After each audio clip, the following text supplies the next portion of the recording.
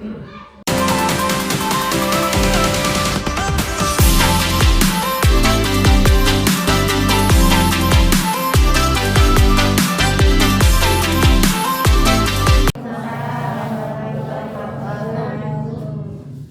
syukur kita ucapkan kehadiran Allah Subhanahu wa Ta'ala yang telah memberikan kita kesehatan dan keselamatan, juga kesempatan di mana kita bisa berkumpul di ruangan yang kita sayangi ini.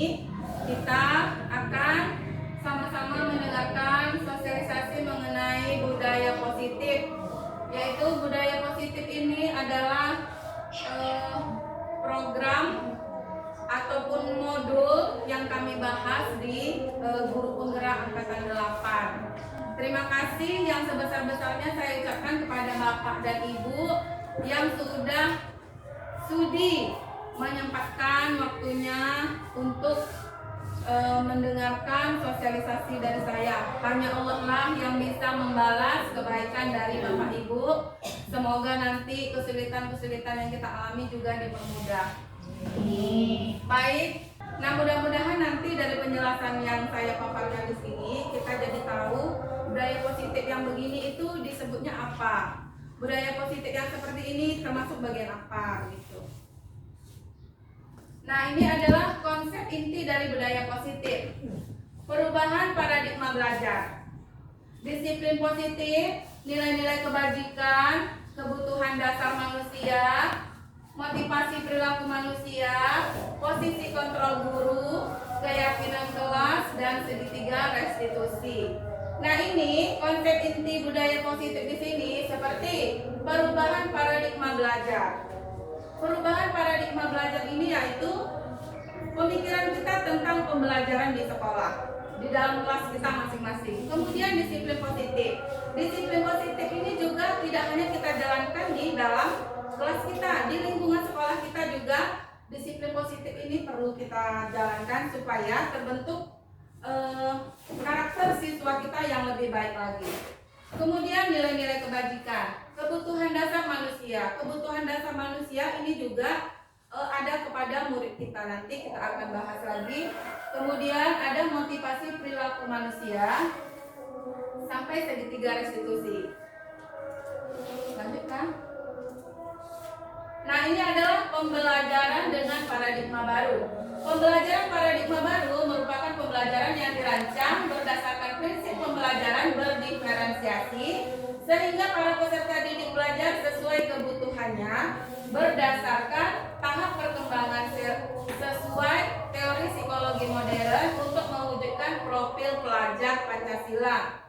Nah, pembelajaran paradigma baru ini adalah prinsip pembelajaran berdiferensiasi. Sekarang ini di dalam kurikulum Merdeka itu adalah pembelajaran berdiferensiasi yang dielu-elukan sekarang. Pembelajaran berdiferensiasi itu adalah pembelajaran yang sesuai dengan keadaan siswa sekarang. Harus bisa kita sesuaikan dengan keadaan siswa kita yang sekarang. Kemudian miskonsepsi tentang teori kontrol. Ada dua. Yang pertama, ilusi guru mengontrol murid. Selama ini kita berpikiran mengontrol murid itu adalah tugas kita sebagai guru, ya. Jadi kita yang menekankan keinginan kita kepada murid, ya. Kita tidak mau tahu murid itu maunya apa, keinginannya seperti apa. Kita hanya menekankan, menegaskan bahwa apa yang kita mau itulah yang terjadi kepada murid. Kemudian ilusi bahwa semua penguatan positif efektif dan bermanfaat. Kemudian ilusi bahwa kritik dan membuat rasa bersalah mampu menguatkan karakter. Nah, selama ini kita mengkritik siswa kita, kemudian menjudge siswa kita sehingga dia merasa bersalah berbuat sesuatu. Kemudian ilusi bahwa orang dewasa berhak memaksa. Nah, karena kita sebagai guru, kita sebagai orang dewasa, kita berhak memaksa siswa kita. Padahal itu adalah suatu paradigma yang kurang tepat, ya Bapak Ibu. Nah, ini ada disiplin positif. Pengertian disiplin, ini pengertian disiplin. Nah, kemudian ini adalah disiplin positif. Merupakan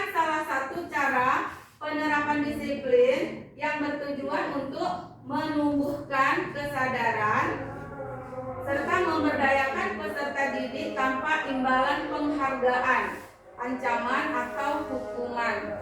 Nah, disiplin positif di sini kita tidak lagi menakut-nakuti, ya, tidak lagi menakut-nakuti, tidak lagi memakai ancaman, tidak lagi memakai hukuman kepada siswa kita. Nanti cara-caranya bagaimana kita menerapkan disiplin. Sebagai pendidik, tujuan kita adalah menciptakan peserta didik yang memiliki disiplin diri sehingga mereka berperilaku mengacu kepada nilai-nilai kebajikan universal dan memiliki motivasi intrinsik dalam perubahan perilaku ke arah yang lebih baik. Jadi motivasi mereka itu tumbuh dari dalam, ya, bukan paksaan dari luar. Nah, ini adalah nilai-nilai kebajikan. Pada profil pelajar Pancasila, nilai kebajikannya adalah beriman dan bertakwa sampai bernalar kritis. Kemudian ada Ibu Primary Youth Program atau PYP, itu ada nilai kebajikannya toleransi, rasa hormat sampai komitmen. Kemudian ada keterampilan hidup. Keterampilan hidupnya dapat dipercaya sampai memberikan yang terbaik dari diri sendiri. Kebutuhan dasar manusia. Nah, kebutuhan dasar manusia adalah segala sesuatu yang kita lakukan untuk mendapatkan apa yang kita inginkan. Seluruh tindakan yang kita lakukan memiliki tujuan tertentu, dan semua usaha terbaik yang kita lakukan adalah dalam rangka agar kebutuhan dasar kita terpenuhi dengan baik.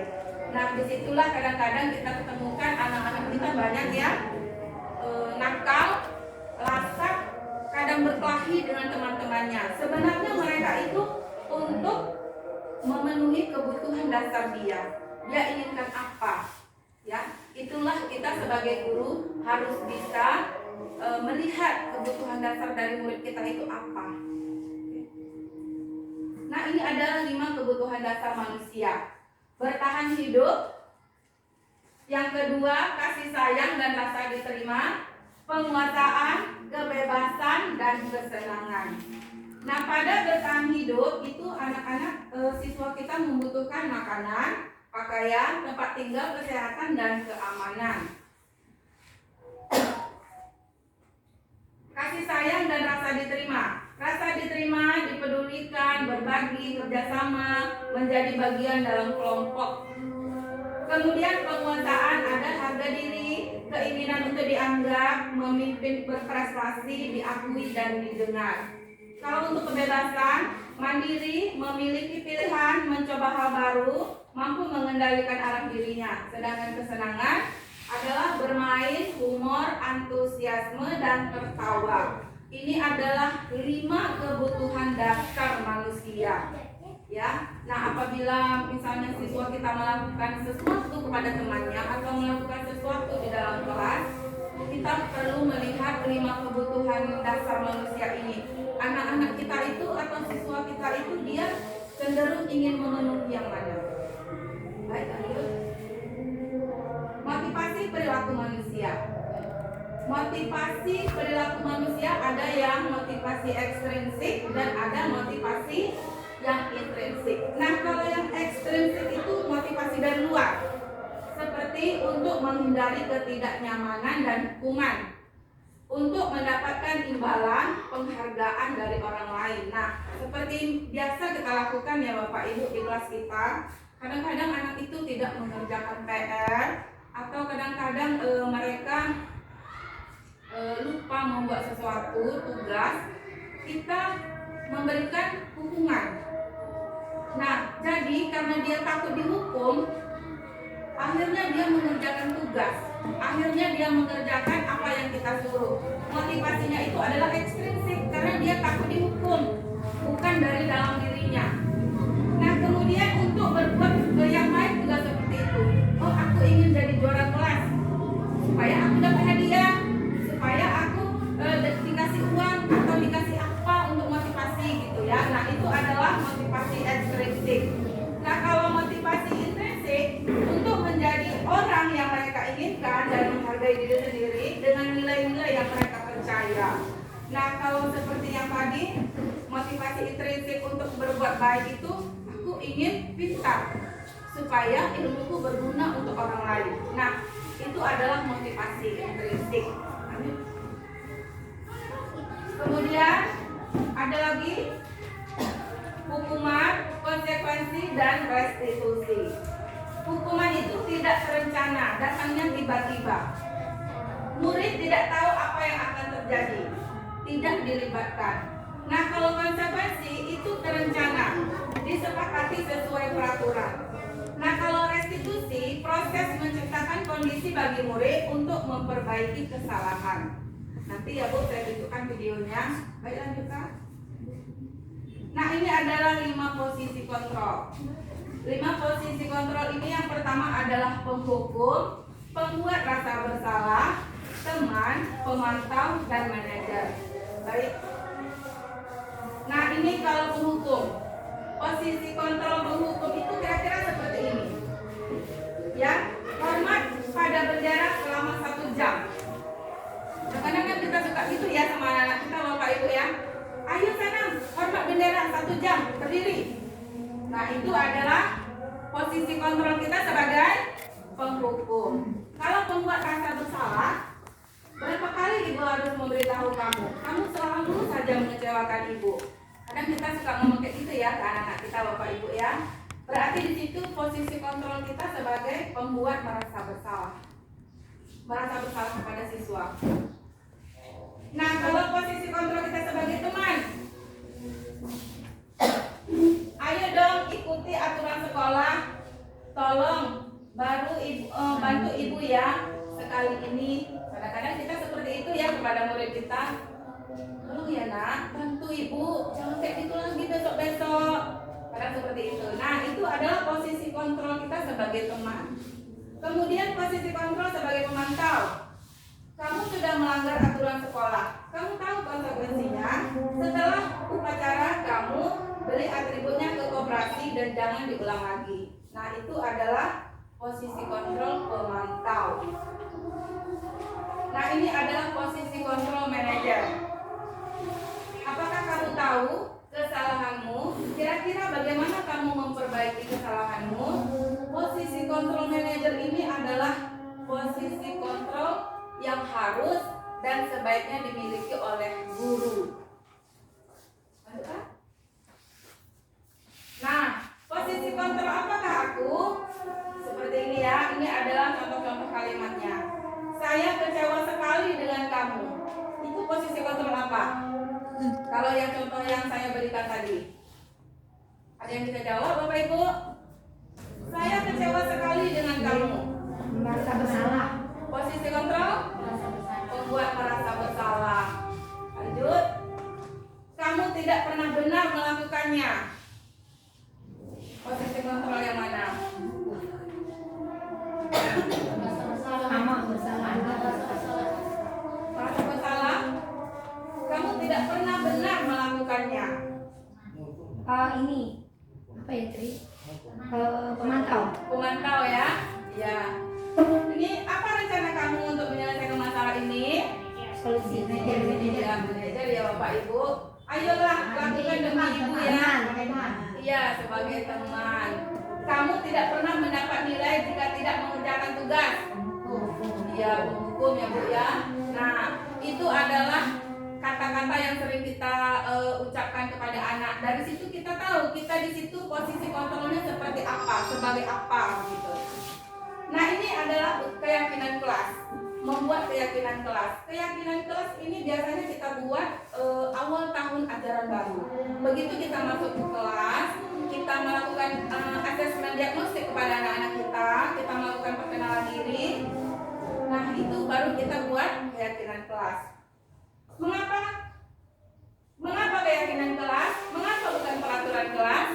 Kira-kira Bapak Ibu ada yang bisa jawab?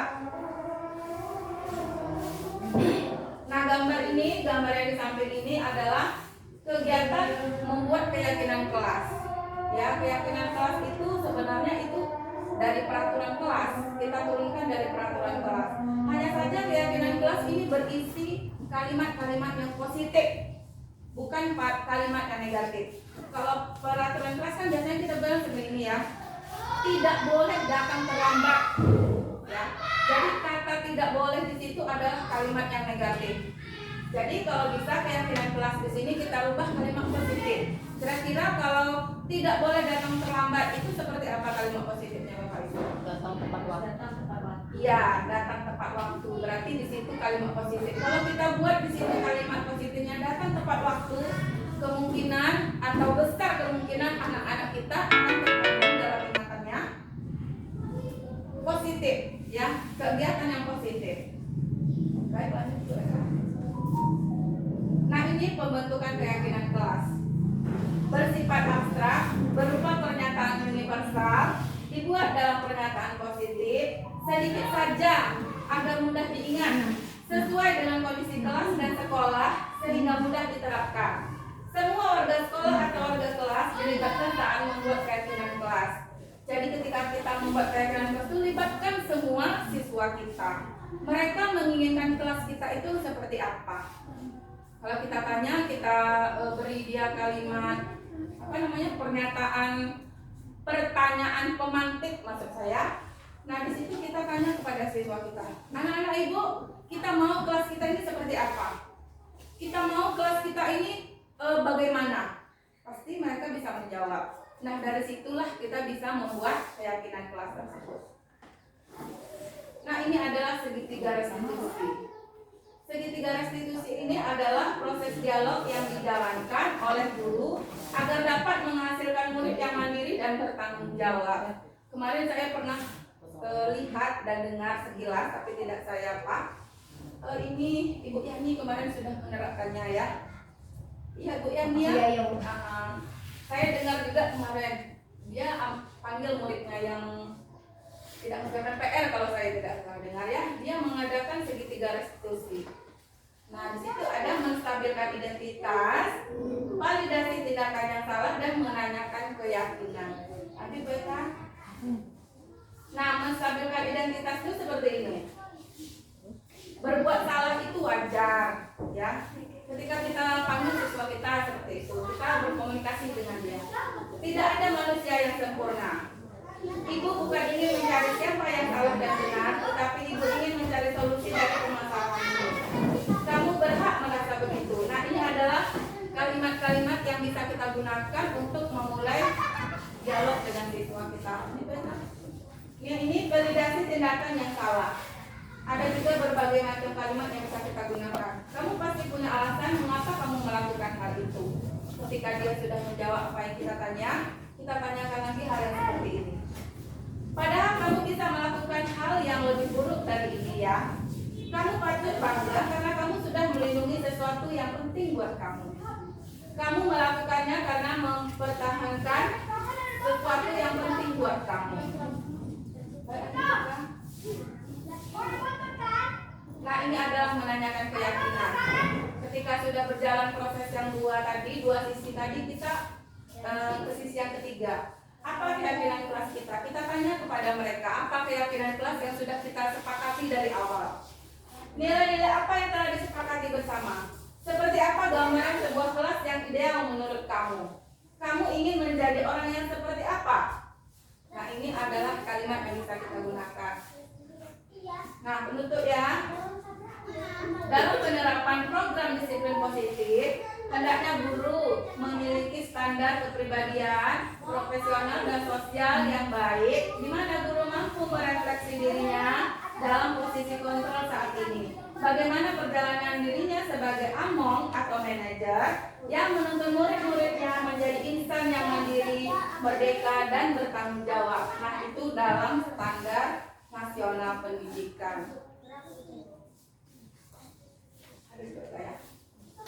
Baik Bapak Ibu, itulah tadi pemaparan saya tentang budaya positif. Mudah-mudahan apa yang saya paparkan tadi hendaknya bisa kita terapkan dalam kelas kita masing-masing. Terutama tadi keyakinan kelas dan penerapan segitiga restitusi. Ya Bapak Ibu. Nah, video yang saya buat itu sebenarnya ada. Nanti akan saya tunjukkan kepada Bapak Ibu semuanya. Sampai di sini dulu. sosialisasi dari saya. Terima kasih. Salam guru penggerak angkatan 8. Assalamualaikum warahmatullahi wabarakatuh.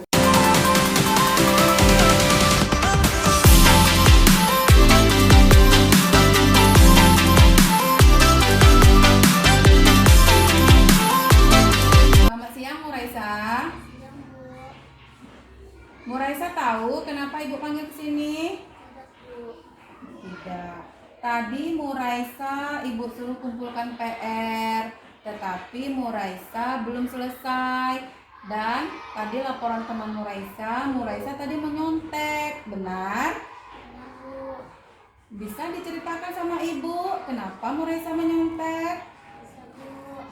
Jadi semalam itu saya keluar bersama orang tua saya. Jadi pulangnya kemalaman. Jadi saya langsung tidur Saya lupa kalau ada PR Oh begitu ya. Iya, lain kali kalau misalnya ibu memberikan PR lebih cepat dikerjakan supaya Muraisa tidak lupa-lupa lagi mengerjakannya di kemudian hari. Muraisa punya kalau misalnya Muraisa tidak mengerjakan PR nih, kira-kira untuk kedepannya apa yang akan Muraisa lakukan agar kesalahan yang sama tidak terulang lagi? Saya lebih cepat mengerjakan PR-nya. Ya, lain kali Muraisa jangan diulang lagi ya, karena yang seperti itu melanggar kesepakatan kelas kita. Kesepakatan yang mana yang Muraisa langgar? Kesepakatan kita cuma tujuh dulu. Iya, baik. Jadi untuk kedepannya Muraisa harus perbaiki diri lagi ya Muraisa. Ya, silahkan Muraisa boleh berkegiatan lagi.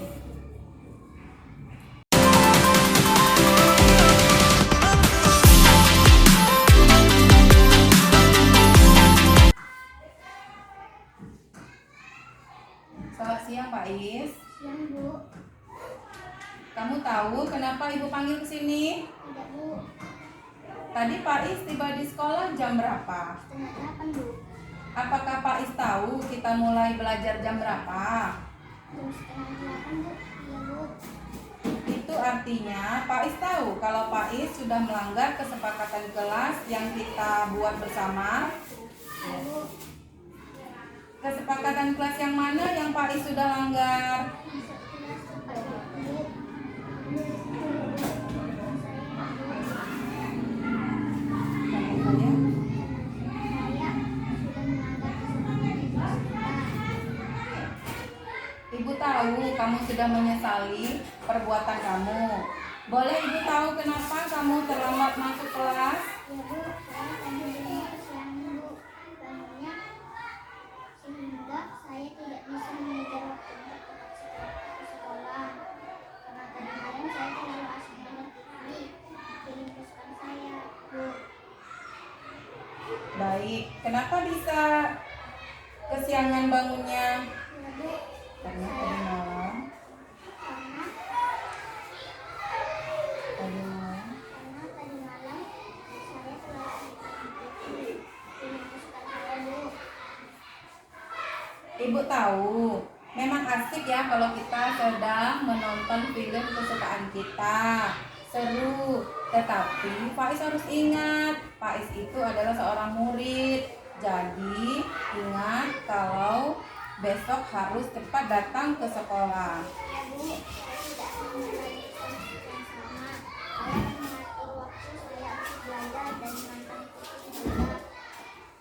Sebelum tidur saya, Bu. Baiklah, kalau begitu Pak Is, kamu boleh beraktivitas lagi. Terima kasih Bu. Dah.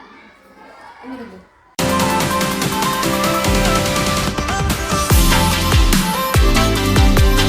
Assalamualaikum warahmatullahi wabarakatuh. Waalaikumsalam warahmatullahi wabarakatuh. Selamat pagi anak-anak ibu, apa kabar?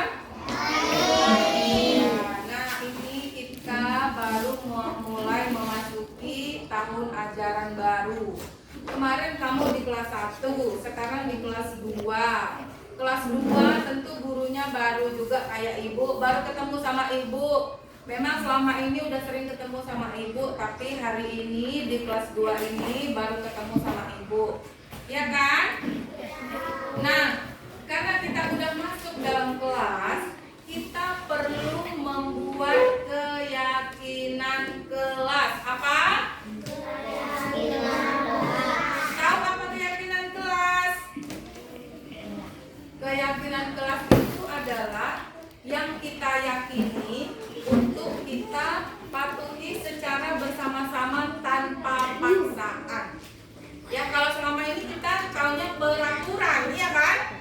Peraturan. Kalau peraturan itu harus ditaati. Nah, sekarang keyakinan kelas. Keyakinan kelas itu dari kamu nanti. Kamu nanti membuat keyakinan sendiri. Kamu menginginkan kelas kita seperti apa? Apa? Bersih, ya. Kelasnya bersih. Apa lagi? Kamu ingin kelas kita seperti apa?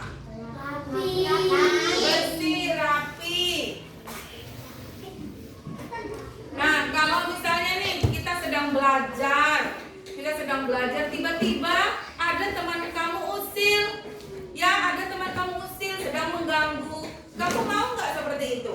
Nggak mau. Nah, kira-kira kalau yang seperti itu apa kita buat?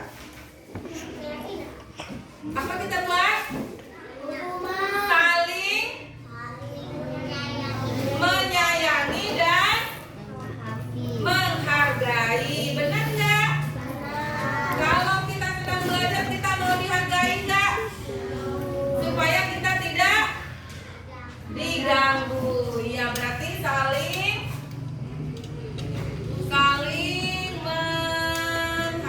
menghargai, saling menghormati, ya kan? Apalagi? Nah, kalau kita sedang asik-asik belajar, ya kita tadi udah dengar bel kita masuk, kemudian ada kawan kita yang datangnya terlambat. Kita terganggu nggak? Kita terganggu nggak sedang belajar? Terganggu karena kita sedang asik belajar, tiba-tiba kawannya datang terlambat, ngetuk pintu. Kita terganggu apa enggak? Iya, terganggu. Jadi apa kalimatnya? Tidak datang terlambat. Atau kalimat positif yang lain, datang tepat waktu. Iya, datang tepat waktu. Ada lagi nggak? Misalnya nih, kamu sedang bergurau sama teman-teman kamu, kemudian ada teman kamu yang berbahasa tidak baik, berbahasa kotor. Mau nggak kayak gitu? Mau nggak? Enggak. Jadi apa kalimat yang kita buat? Iya, bahasa lainnya berbahasa dengan sopan dan santun, ya. Bahasa sopan santun. Ya, nah, kalau di dalam kelas teman kita nih kerjanya apa nih? Merenggut. Iya, pintar Rena. Nah, kita mau nggak nengok teman kita merenggut? Enggak. Jadi kita harus budayakan salam, senyum, sapa, sopan, santun. Berapa? 5. Apa tadi? Salam, senyum, sapa, sopan, santun. Berarti kita harus membudayakan 5 S.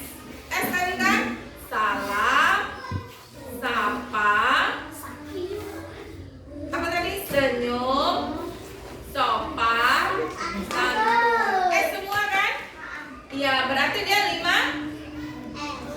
S. Budayakan 5 S.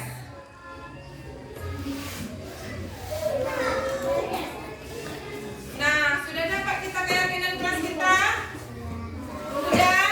Semuanya sepakat kalau kita di dalam kelas harus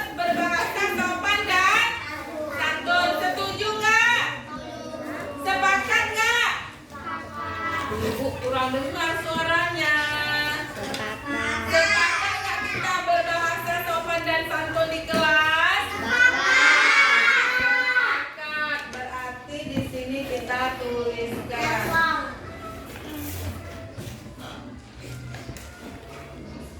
bahasa Sopan santun.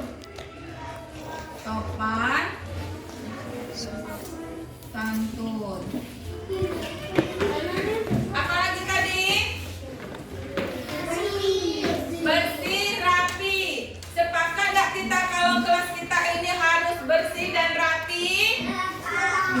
Berarti kita tidak boleh membuang sampah di kelas. Berarti di sini menjaga kebersihan.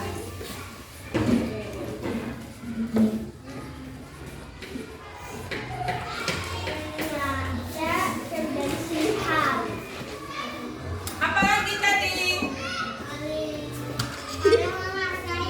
Saling menghargai dan menghormati, ya. Oke, satu lagi. Apa tadi? Datang tepat waktu. Dan budayakan 5S, ya kan? Setuju ini keyakinan kelas kita? Sepakat kita keyakinan kelas kita? Iya, jadi kita udah setuju. Tadi kita udah sepakat ini adalah keyakinan kelas kita. Sekarang kita bubuhkan apa namanya tadi Bu bilang? Cap jempol. Oke, dari sini dulu, dari Yuri. Jempolnya, jempol. Jempol. Oke. Iya. Sambung. Pilih.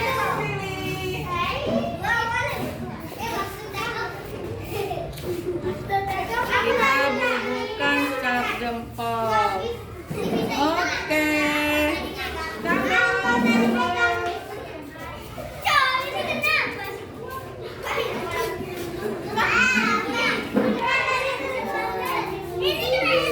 Berapa?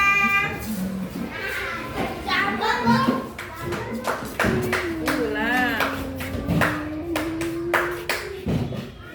Ya, jangan.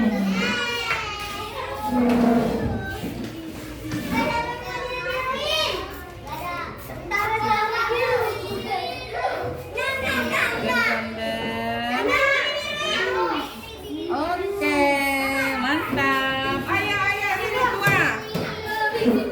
Ya, kita bubuhkan.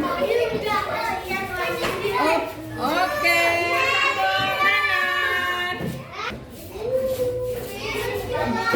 Oke, sambung. Cepat, Ben. Ben, sini. Oke. Ben. Hilang jempol, jempol, nak jempol, jempol. Tuh, Oke, jempol. Bubuhkan. Iya, sambung. Itu sambung lagi dari Natipa sini. Natipa, Asipa sini. Oke, cepat. Iya. Mantap. Bukunya dipotong Asipa. Ayo sini sini. Zaki api cepat.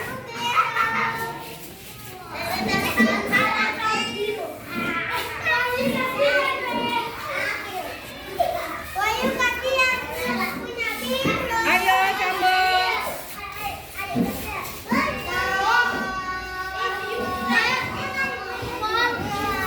Up. Ayo.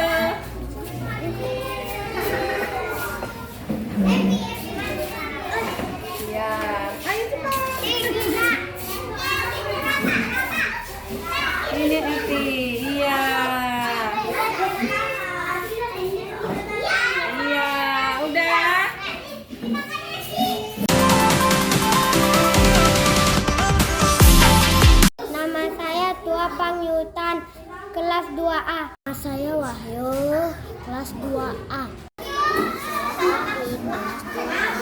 Nama saya Nuri, saya kelas 2A. Sangat perlu untuk melakukan keyakinan kelas, membuat keyakinan kelas. Sangat perlu